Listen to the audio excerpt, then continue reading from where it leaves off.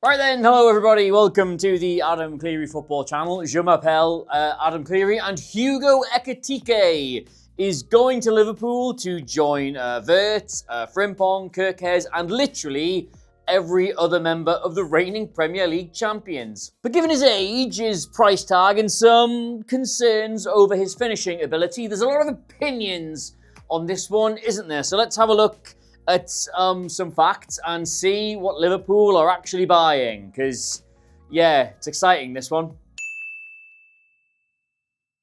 Okay, so following hot on the heels of our Mateus Cunha, João Pedro, and Brian Mbermo videos, welcome to episode number 4 in a series I am calling Videos I Started Researching because I really hoped they were going to sign for Newcastle. I'm fine, honestly. I'm so fine. But anyway, yeah, so we're going to have a look at Ekitike's play style here, see what kind of player he is, and specifically address those concerns about his ability in front of goal. Where do they come from? Are they founded? Should you be worried? That kind of thing. But first, it's quite important to look at the journey he's been on. He's 23 years old. He's still yet to be capped by France. And after coming through at Reims, which I'm never ever sure I pronounce right, he found himself stuck behind Neymar, Messi, and Mbappe at PSG 1 year, and then still stuck behind Kolo Muani, Dembele, and Ramos the following year. So not really his fault it didn't work there. He jumped to Frankfurt on loan, and last season had such a hot old time with 22 goals and 12 assists in 48 games. Woof! That he's now worth around £80 million of Liverpool's money. It's obviously quite the ascent, that, but it is because he's one of the most technically accomplished, game-impacting, play-linking centre-forwards you could ever possibly hope to conceive of. And the first stat we're going to look at here shows you just how involved he gets in games, right? He's got an exceptionally high number of touches, the top 15% in all of Europe, despite playing for a side who average the 8th highest possession in Germany. Which means, in short, he is a very high contribution player despite not playing in a team that is set up in a way to involve him anywhere near that much. He's the one making most of that happen. And just to give you a little basis of comparison for that, right? The team in the Premier League with the closest amount of possession to Frankfurt is Bournemouth. And up front for them is Evan Nielsen, who sees the ball nearly half as much in the game as Ekitike does. And obviously, yes, that is a grotesque oversimplification. They're two very different teams with two very different playing styles, but hopefully it presses upon you that that is quite good. But no, actually, you're right. Your eyes did not deceive you on that graph. His take on and carrying numbers are utterly sensational. And that is not Bundesliga only, by the way. That is the top 5 leagues in Europe. So these are his numbers comparative to everyone in the Premier League as well. And you can see immediately that his main strengths lie in ball carrying, in running, in transition. When he is getting at teams at pace, he is an incredibly elegant and technical football player. And just to prove that to you, right, I'm going to show you 2 of his assists from last season, right? And you have to guess what happens next. So the first one, I've got absolutely no idea who this is against, but if we just stop it right here before the ball gets to him, and I asked you to guess what happens next, and I'll give you a couple of seconds for this, what would you say? Let's get that back up. Let's just look at it here. What are his options? What do you think he's going to do? Like, the obvious thing is that he puts it into the path of this player running through here, and you just got to hope that he takes a light enough touch that it doesn't just run through to the goalkeeper. That would make the most sense. But the thing is, Hugo Ekitike sees things that you and I cannot. And he basically stuns the ball through the legs of the defender in such a way that it's now got enough weight on it that it just rolls comfortably into this guy's path. And he hasn't even got to take a touch. He can just hit the thing. And you simply have to hand it to him. That's pretty good. And yet, somehow, I actually prefer this one out of the two. We'll just sort of let that run and stop it right about here. And again, you tell me, what happens next? I haven't even got like a flippant guess about this one. I'm just going to show you. He's pushed the defender out of this space here, and then he somehow manages to rotate his body around 270 degrees to just take enough off the ball that it stops nearly dead for his teammate who was running in behind him, that he could not possibly have seen. And that is also obviously really, really good. But the reason I wanted to show you those two moments, right, is because players who do things you cannot believe are great. That's like your Mo Salahs, your Florian Wirtzes, right? But players who do things you cannot understand, they're different. I like them more. The thing is, while those two moments were very, very good, those are Hugo Ekitike being static, which will obviously be very useful for Liverpool. They do dominate a lot of the ball. They will spend time camped in the opposition third. So using that technique, that intelligence, that vision to make those little spaces for other people, very good. He'll fit right in. But if we just rewind our brains to those stats before, those aren't the standing still numbers, are they? They're the getting the ball numbers, ramming it down your throat. And that ramming is the thing he's really good at. So let me explain, right? Direct attacks, that is a real term that they use in football, and it refers to any time you get the ball in your own half, move it quickly up the other end of the pitch, and then get some sort of attempt on goal as a direct result of it. And last season, for all their dominance, for all their high possession, Liverpool were the Premier League leaders of these attacks with nearly 100 of them, and they also scored from a league high 10 of them. So it's their bag, baby. And the thing is, in transition, Ekitike is an unbelievably good dribbler. Like, his ability to carry it from deep, to get it into dangerous areas, to go through players like they're made of fucking smoke is the main thing about his game. Like, just look at those numbers again, anywhere between the top 5 and 1%.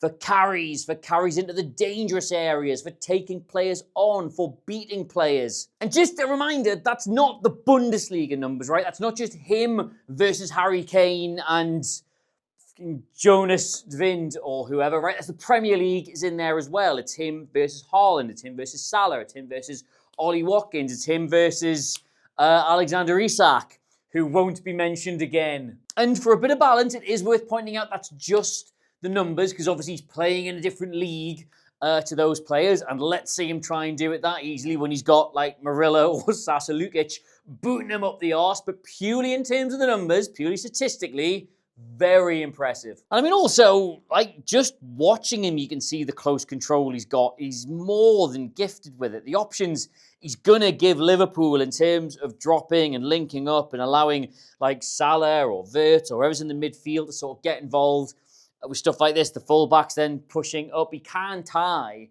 the whole thing together. And don't worry, Liverpool have now signed so many players and have so many tactical options. I'm going to have to do a full, proper how they will set up video, because I can't lump all of that into here, because it's absolutely loads to talk about. So a rare reminder to subscribe to the channel from me in the middle of a video if you'd like to watch that, because I mean, this is all over the place, but my God, the options. Please subscribe. But before I could, in any good conscience, my friends, allow you to go today, I am going to have to address this whole XG underperformance issue, because it's wound a lot of people up. The accusations are as follows. He is obviously technically excellent. He is great in the build-up, but he is frightfully wasteful of chances, and this is just another, even more expensive Darwin Núñez situation. And not to spoil the outcome in this particular section, but I think that is bollocks. So last season, and we do have to go off the XG from this, I'm afraid, so if you don't take that seriously, then please just humour me for a couple of minutes. Over 23 goals based on the chances he got, but only 15 of them actually scored. And that is, no two ways about it, statistically a catastrophic underperformance, and actually puts him in the bottom 5% in Europe for taking your chances, if you measure them that way. Now, that could be potentially an enormous red flag when spending a load of money on a player, right? But the way people, I don't know why I said people, because I just mean the recruitment teams at Liverpool and Newcastle and literally every other football club, the way they work is they don't limit their data size to just one season, because the smaller your data, the more it can mislead you. If you go back across the seasonal numbers through his career, he's actually pretty near the average, and even has a stint in both France and Germany of recording enormous overperformances as well. Now, I am obviously not currently part of any Premier League team's recruitment departments, but that would tell me that A, he's capable of running a little bit hot and cold, possibly depending on the players around him or the way the team is set up, which is perfectly normal for any striker, let alone a 23-year-old. But also B, that there is an immediate way you can work to improve this player, which again, at 23, is part of the appeal of buying them. Like, what are they now and what can you make them? When Alexander Isak, and I was obviously only joking, of course I was going to mention him again, when he went to Newcastle, he was 22 years old, so a similar age, and he was coming off the back of a 6-goal season at Sociedad. But Newcastle did not look at those numbers purely. They looked at the last couple of years and assessed that, yeah, actually, he probably will improve massively if we give him the right kind of service. That's why you buy players that age. That is what Liverpool are doing right now. The bottom line here, right, is that if you are personally concerned about something like the XG numbers not marrying up, which now that I think about it and have said it out loud, you probably should be if you're a Liverpool fan, because of course they went and bought Darwin Núñez, didn't they, off the back of a massive XG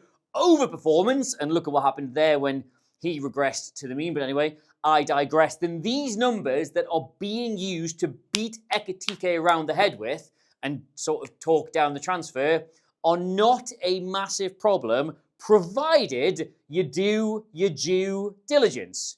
And I am one dweeb with a job and a laptop. Liverpool FC, fucking Liverpool FC. I'm sure they've looked into this. So watch him, yes, and there absolutely is some wasteful finishing in there, but there is also, especially from the edge of the box when he has breezed past someone, absolute top-level goals at the same time. And I promise I'm not making excuses for him, right? This is statistically relevant.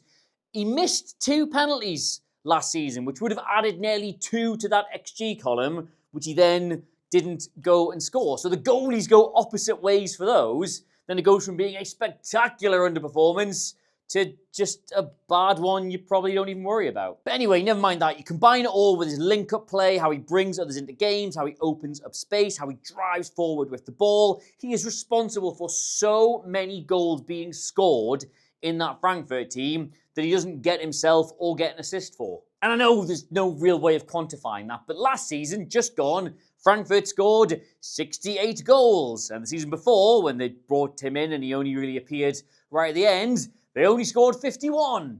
So in the long run, I'm sure Liverpool will be hoping that he improves in front of goal and they'll be working on that with him. But in the short, he's already demonstrated that the team he's in gets better at both creating and scoring the bloody thing. So no, zero concerns for me if this was my transfer, which obviously it's not. But yes, Liverpool fans, this is the one nobody really expected. We thought Wirtz was like the big expensive signing, and they've gone and made another big expensive signing. So how do you feel about it? I must ask the question for my own sanity, if nothing else. Are you happy here, or would you have preferred to drop double the money on Alexander Isak? Let me know your feelings, la.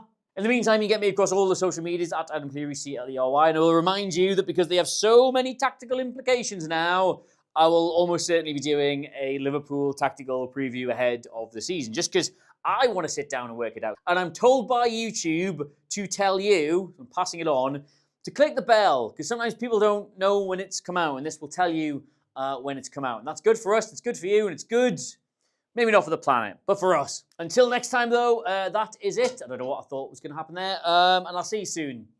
Bye, everyone. Mwah.